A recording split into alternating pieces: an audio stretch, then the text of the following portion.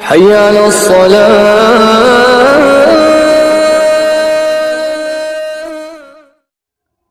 السلام علیکم ورحمۃ اللہ وبرکاتہ۔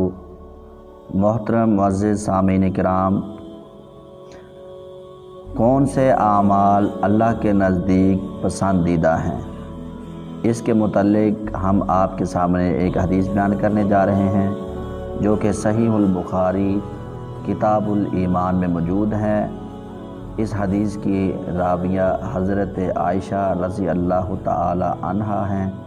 وہ بیان فرماتی ہیں کہ رسول اللہ صلی اللہ علیہ وسلم نے فرمایا، احب الاعمال للہ ادومها وان قل۔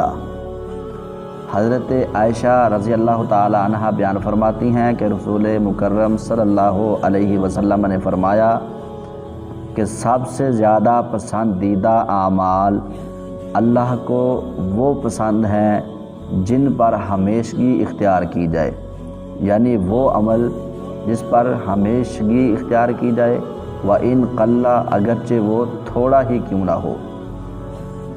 اس سے پتہ ہمیں یہ چلتا ہے حدیث سے کہ رسول اللہ صلی اللہ علیہ وسلم نے فرمایا اللہ کو وہ عمل بہت زیادہ محبوب ہے، پسند ہے، جس کے اوپر ہمیشگی ہو، اگرچہ وہ کم ہی تھوڑا ہی کیوں نہ ہو۔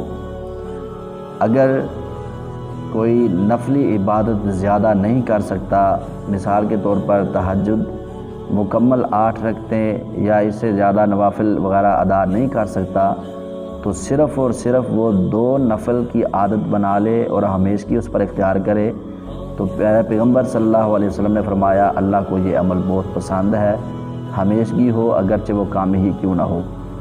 اسی طرح صدقہ کی مثال لے لیں، اگر وہ زیادہ نہیں دے سکتا تو وہ تھوڑی سی مقدار اپنا لے صدقہ کرنے کی، تو اس کو ہمیشہ کرتا رہے، تو یہ عمل جو ہے وہ اللہ کے نزدیک بہت پسندیدہ عمل ہے۔